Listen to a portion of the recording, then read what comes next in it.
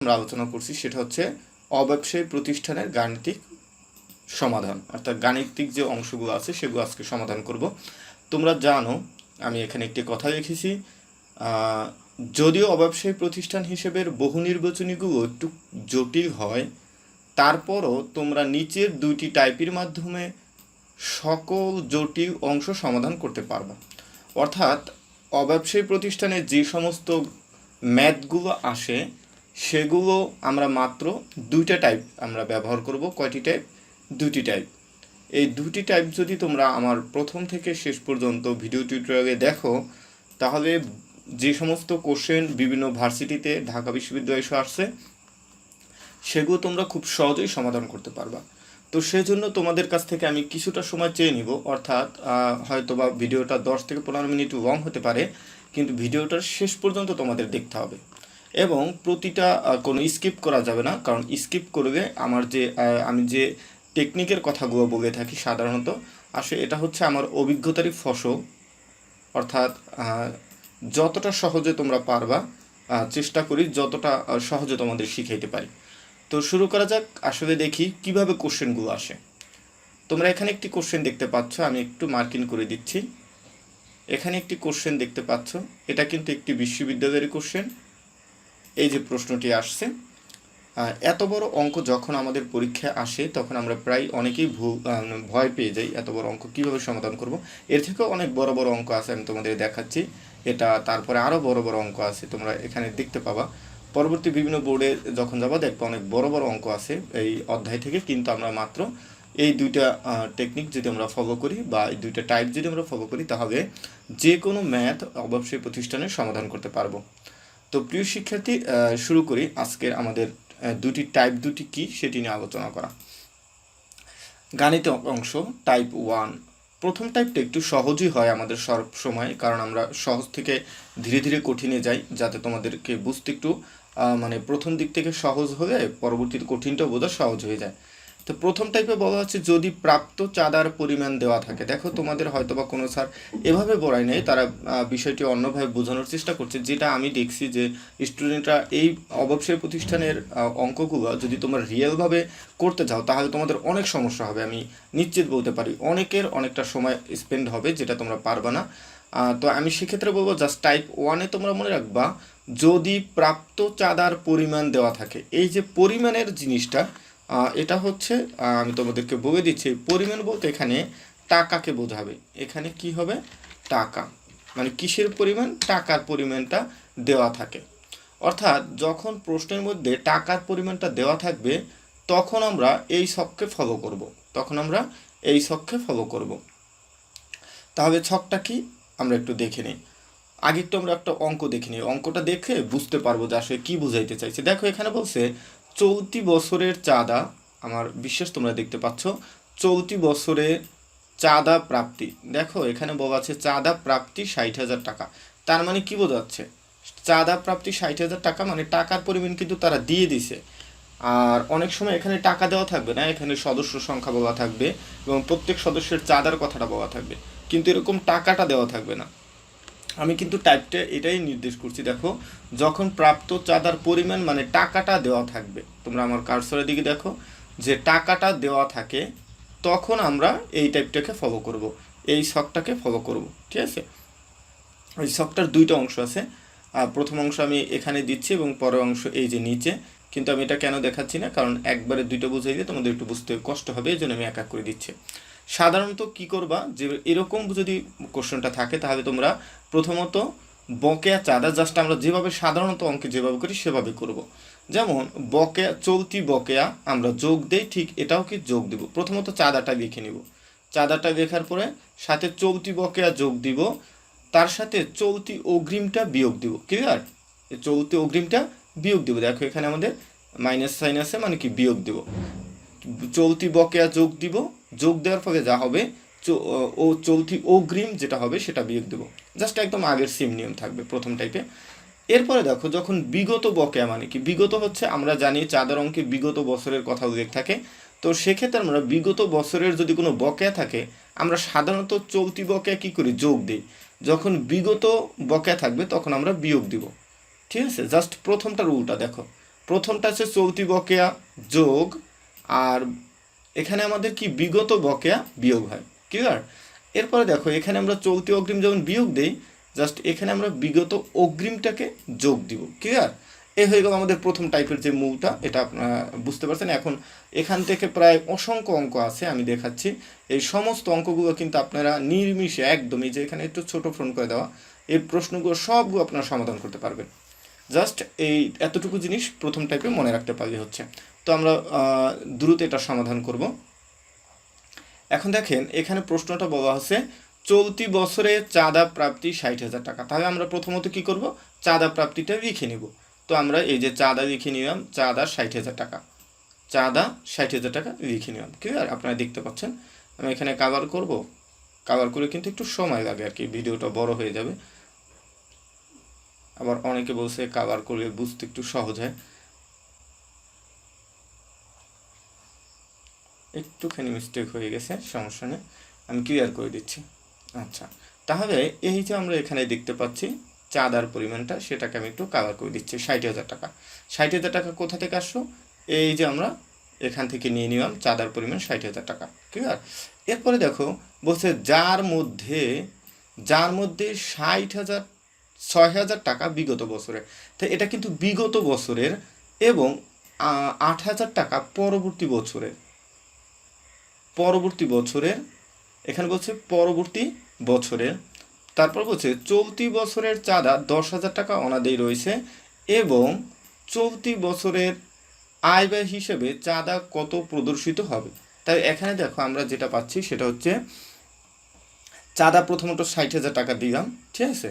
এখন এখানে আমরা একটু নিচ থেকে একটু দেখছি, তাহলে আমরা যেটা করব সেটা হচ্ছে দেখেন এই প্রশ্নটার মধ্যে আমরা একটু কোশ্চেনটাকে একটু বিশ্লেষণ করে দেখি। 6,000 টাকা বিগত বছরের, আচ্ছা বিগত বছরের এখানে কিন্তু বলে নাই যে বকেয়া বা অগ্রিম কিছু বলে নাই, ঠিক আছে। কিন্তু আমাদের ধরে নিতে হবে এটা বকেয়া, কারণ অগ্রিম থাকলে সেটা বলা থাকবে, ক্লিয়ার। এটা কিন্তু অবশ্যই যদি অগ্রিম থাকতো, যে এটা বলাই থাকতো যে বিগত বছরের অগ্রিম এরকম প্রাপ্ত হয়েছে বা এরকম কিছু বলা থাকতো। তাই যেহেতু কিছু বলা নেই, এটাকে বকেয়া ধরে নিতে হবে। আর হচ্ছে দেখেন এখানে একটু কোশ্চেনটা একটু জটিল করছে, সেটা হচ্ছে বলছে 8,000 টাকা পরবর্তী বছরের। এখন পরবর্তী বছর বলতে তো আমাদের সূত্রে কিছু ছিল না, চলতি আর বিগত বছরের টাইম বলছি, কিন্তু এখানে বলছে পরবর্তী বছর মানে কি, এই পরবর্তী বছরই হচ্ছে চলতি বছরের অগ্রিম। পরবর্তী বছর মানে হচ্ছে চলতি বছরের অগ্রিম, মানে এই বছর যদি আমি পরবর্তী আগামী বছর, অর্থাৎ যদি মনে করেন এখন 2021 সাল, যদি 2022 সালের কিছু অগ্রিম দেয়, তাহলে সেটা আমরা কি পরবর্তী বছর বলি না, জাস্ট ওরকমই বলা হয়েছে যে 8,000 টাকা পরবর্তী বছরে। এখন পরবর্তী বছরের যদি এটা যদি চলতি অগ্রিম হয়, তাহলে আমরা স্বাভাবিক যে নিয়ম কী করি, সেটাকে আমরা চলতি অগ্রিমটাকে বিয়োগ দিই, তাই না।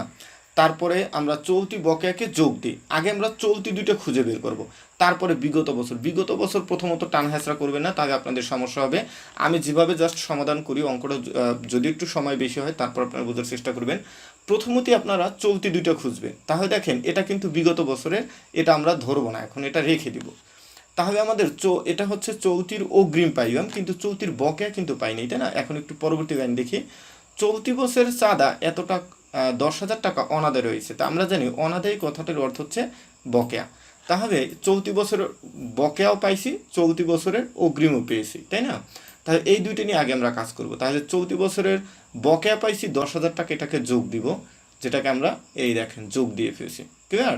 আচ্ছা, এবার চলতি বছরের অগ্রিম পেয়েছি কত, 8,000 টাকা, সেটাকে আমরা বিয়োগ দিলাম।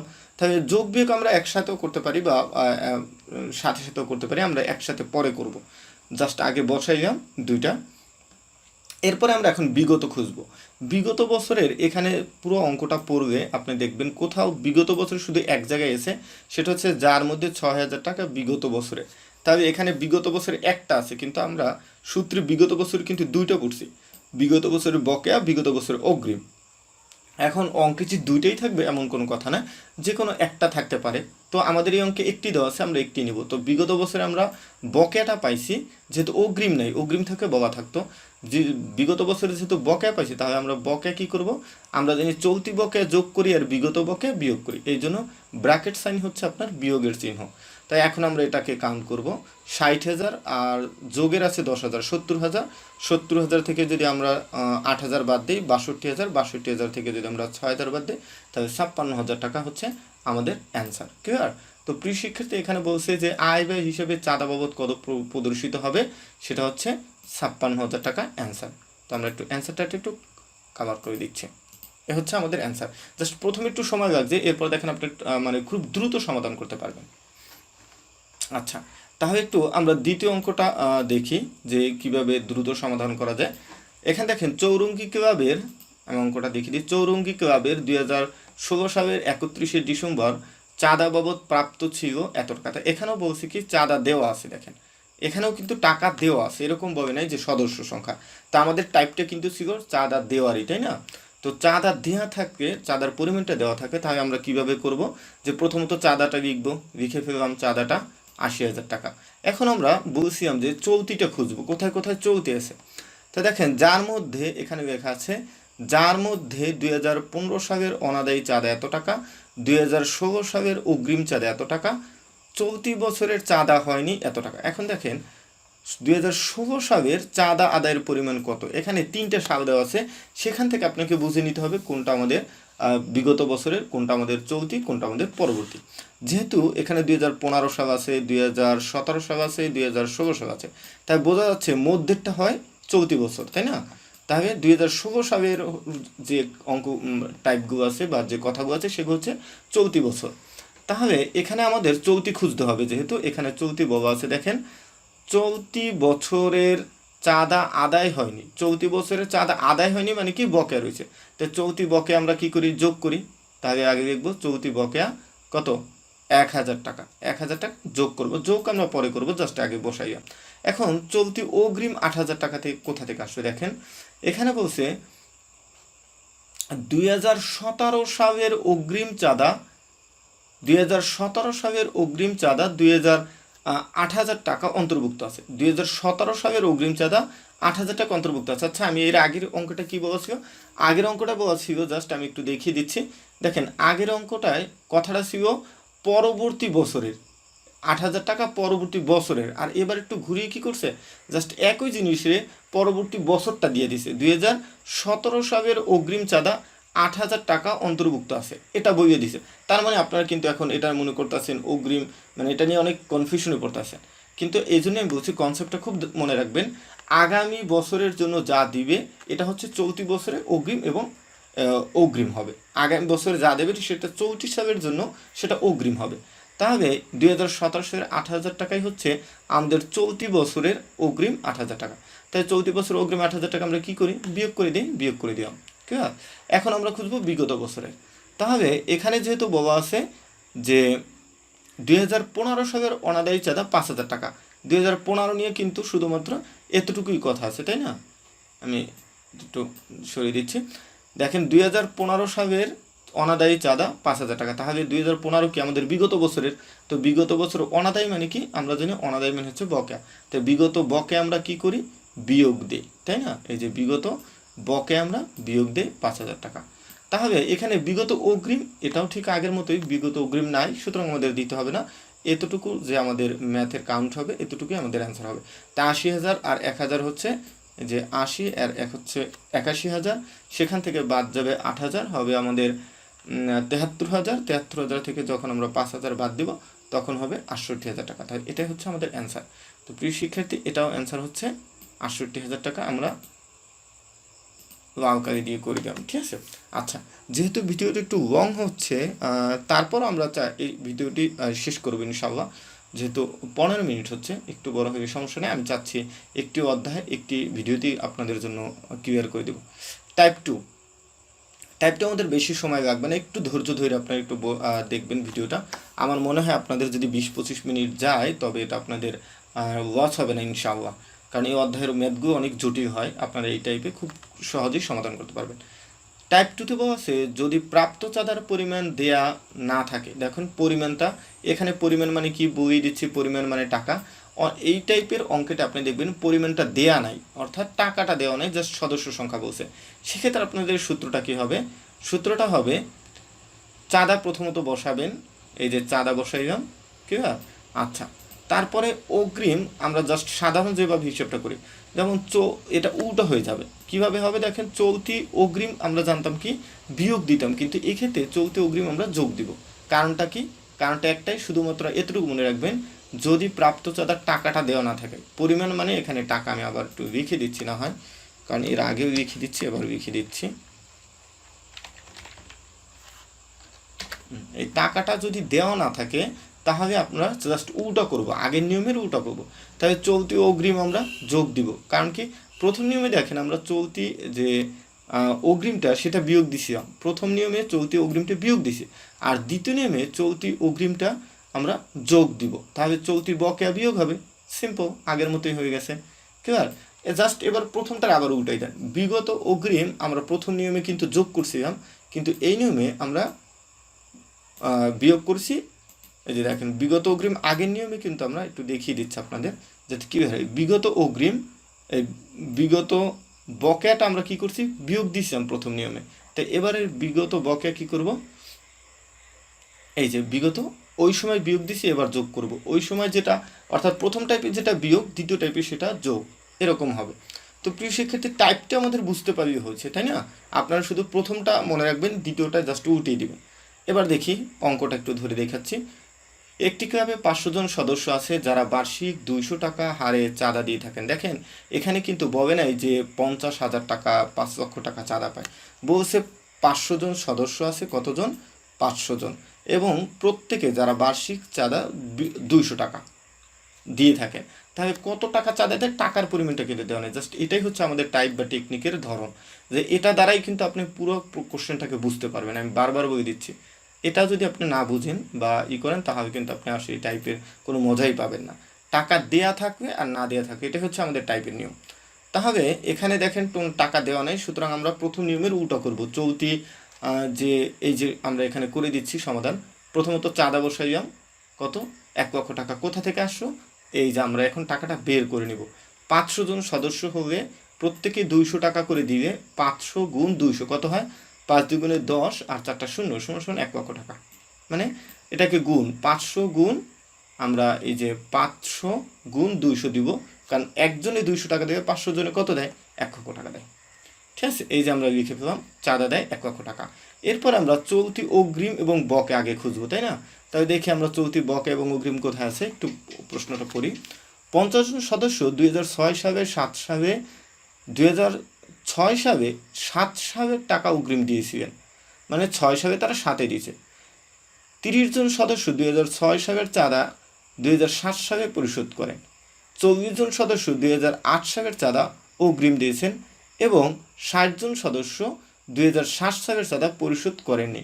2007 সালের চাঁদা কত টাকা পাওয়া গিয়েছে? দেখেন, কোশ্চেনটা এতভাবে ঘুরাইছে, আপনাদের মাথা কিন্তু হ্যাঁ হয়ে যাচ্ছে, কিন্তু আমি বলে দিচ্ছি, যদি জাস্ট আপনারা আমার টেকনিকটা ফলো করেন তাহলে একদম সহজ। এখন চলতি খুঁজেন, তাহলে এখানে দেখা যাচ্ছে 2000, এখানে 8 সাল দেওয়া আছে, 2007 সাল দেওয়া আছে, 2000 আর হচ্ছে 2006 সাল দেওয়া আছে। তাহলে আপনারা বুঝেই নিচ্ছেন এখানে চলতি কোনটা, 2007 সাল। 2007 সালে কোথায় কি আছে সেটা খুঁজে বের করব। আমরা একটু দেখতে পাচ্ছি যে প্রশ্নটা পড়ি, তাহলে অনেক সহজে বুঝবো। 60 জন সদস্য 2007 সালের চাঁদা পরিশোধ করেনি, এই যে আমরা দেখেন এখানে একটা পাইছি, 60 জন সদস্য 2007 সালের টাকা পরিশোধ করেনি, তাই 7 সালেরটা বকে রয়েছে, তাই বকেট আগে পাইছি, আমরা বকেট আগে করে ফেলি। 60 গুণ 200 সমান 12,000 টাকা। ক্লিয়ার? এখন অগ্রিমটাও খুঁজে বের করি। 2000, এই যে এখানে দেখেন 2008 সাল দিয়েছি, কিন্তু কথাটা বলে দিয়েছি কি দেখেন, এই যে 40 জন সদস্য 2008 সালের চাঁদা অগ্রিম দিয়েছে। দেখেন কি বলছে, 2008 সালেরটাই কিন্তু আমি সবসময় বলছি যে আমাদের চলতি অগ্রিম, আগামী বছর যেটা থাকবে এটা চলতি বছরের অগ্রিম হবে। তাহলে আমরা এটা লিখে ফেলবো, এই যে চলতি অগ্রিম 40 গুণ 200 8,000 টাকা। ক্লিয়ার? আমি আবারও বলি নিই, যেটা আগামী বছর থাকবে সেটাই হচ্ছে চলতি বছরের অগ্রিম হবে। ক্লিয়ার? আচ্ছা, এরপরে আমরা বিগত সাল খুঁজবো। তাহলে বিগত সাল আছে কোথায়, 50 জন সদস্য 2006 সালে 2007 সালের চাঁদা অগ্রিম দিয়েছিল। ঠিক আছে? আচ্ছা, আমরা দেখি 2006 সালের আলোচনা কোথায় আছে।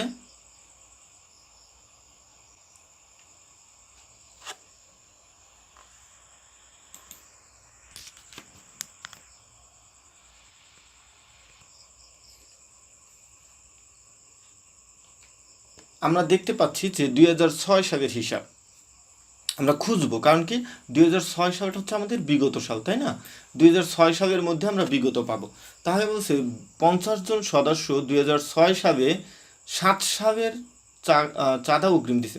আচ্ছা দেখেন তো 2007 সালেরটা যদি 6 সালে দিয়ে রাখে, তাহলে এটা কি বিগত বছরে অগ্রিম দিয়ে ফেলাইছে না? হ্যাঁ, অর্থাৎ 6 সালে যদি 7 সালেরটা দেয় তাহলে এটা বিগত বছরের অগ্রিম, আর যদি 7 সালে 8 সালেরটা দেয় তাহলে চলতি বছরের অগ্রিম। ক্লিয়ার? তাহলে 50 জন সদস্য, একটি সদস্য দেয় কত? 200 টাকা। তা 50 জনে কত হবে? সিম্পল,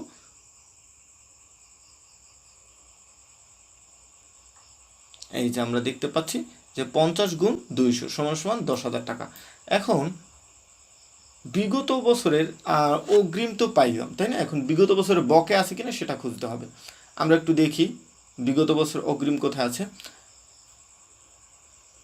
30 জন সদস্য 2007 সালের চাঁদা পরিশোধ করেনি। এই যে পরবর্তী লাইনটা বলা আছে, 30 জন সদস্য 2006 সালের চাঁদা 7 সালে পরিশোধ করেনি।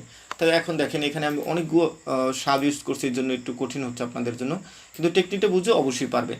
দেখেন এখানে বলছে 30 জন সদস্য 2006 সালের চাঁদা, তাই 2006 সালের চাঁদা যদি 7 সালে দেয় তাহলে এটা কি বিগত সালের বকেয়া না? অবশ্যই বকেয়া। তো সুতরাং আমাদের দেব বিগত বকেয়া কত? 30 গুণ 2 সমান সমান 6,000 টাকা। জাস্ট এবার ঠিক আগের মতো আমরা যোগ বিয়োগ করব। 1,08,000, 8,000 থেকে আমরা যদি 12,000 বাদ দিই তাহলে হবে যে আপনার 1,08,000 থেকে 12,000 গেলে হচ্ছে আমাদের 96,000 টাকা। তারপর 86,000 টাকা হবে। 86,000 সাথে যদি আমরা 96 সাথে একটু অ্যাকাউন্ট একটু দেখে নিচ্ছে, জাস্ট 1,08,000 টাকা। 1,08,000 টাকা থেকে আমরা যদি 12,000 টাকা বাদ দিব, এটা মাইনাস চিহ্ন, তাই না? তো বাদ দিব, আমাদের হবে 96,000 টাকা। 96,000 টাকা থেকে আবার বাদ দিব আমাদের 10,000 টাকা, তাহলে হবে 86,000 টাকা। 86,000 টাকা থেকে আমরা সাথে আবার 6,000 টাকা যোগ হবে, তাহলে 92,000 টাকা। আপনারা ক্যালকুলেটর করে নেবেন, তাহলে সহজে বুঝতে পারবেন। তো প্রিয় শিক্ষার্থী, এই ছিল আমাদের আজকের বেসনটা একটু বড় হয়ে গেছে, যদি একটু বুঝতে কষ্ট হয় তাহলে আমি আরেকটা ভিডিও টিউটোরিয়াল দিব। তো সব কিছু নির্ভর করে আপনাদের উপরে। এর পরবর্তী ভিডিও আসবে ইনশাআল্লাহ অংশীদারি ব্যবসার উপরে। যদি এই টাইপ দুইটা আপনারা না বুঝে থাকেন তাহলে অবশ্যই কমেন্ট করে জানাবেন, তাহলে আমি এটা নিয়ে আরেকটি ভিডিও টিউটোরিয়াল দেবো এবং পার্ট করে দেবো, অর্থাৎ এটা নিয়ে 2টা ভিডিও করব। তো ভিডিওটি কেমন লাগবে সেটাও আমাকে জানাবেন, আর আমার টেকনিক সম্পর্কে যদি বিন্দুমাত্র আপনাদের উপকার হয় সেটাও কমেন্ট করে জানাবেন। আর আমাদের Facebook group Oxford commerce coaching এবং আমার স্পেশাল একটি গ্রুপ আছে ইংলিশে, সেটা হচ্ছে আহমেদ রুবেসা স্পেশাল ইংলিশ কেয়ার। সেখানে আপনাদের নিয়মিত বিশ্ববিদ্যালয়ের মডেল টেস্ট নেওয়া হচ্ছে। তো আপনারা যারা আমার গ্রুপে জয়েন হন খুব দ্রুতই আপনারা জয়েন হয়ে যান। আমি ডিসক্রিপশন বক্সে লিঙ্কগুলো দিয়ে দিব এবং প্রথম কমেন্টসও লিঙ্কগুলো দিয়ে দেবো। তো কোনো সমস্যা আমাকে ফোন করতে জানাতে পারেন। সেই পর্যন্ত সবাই ভালো থাকেন, সুস্থ থাকেন। আল্লাহ হাফেজ।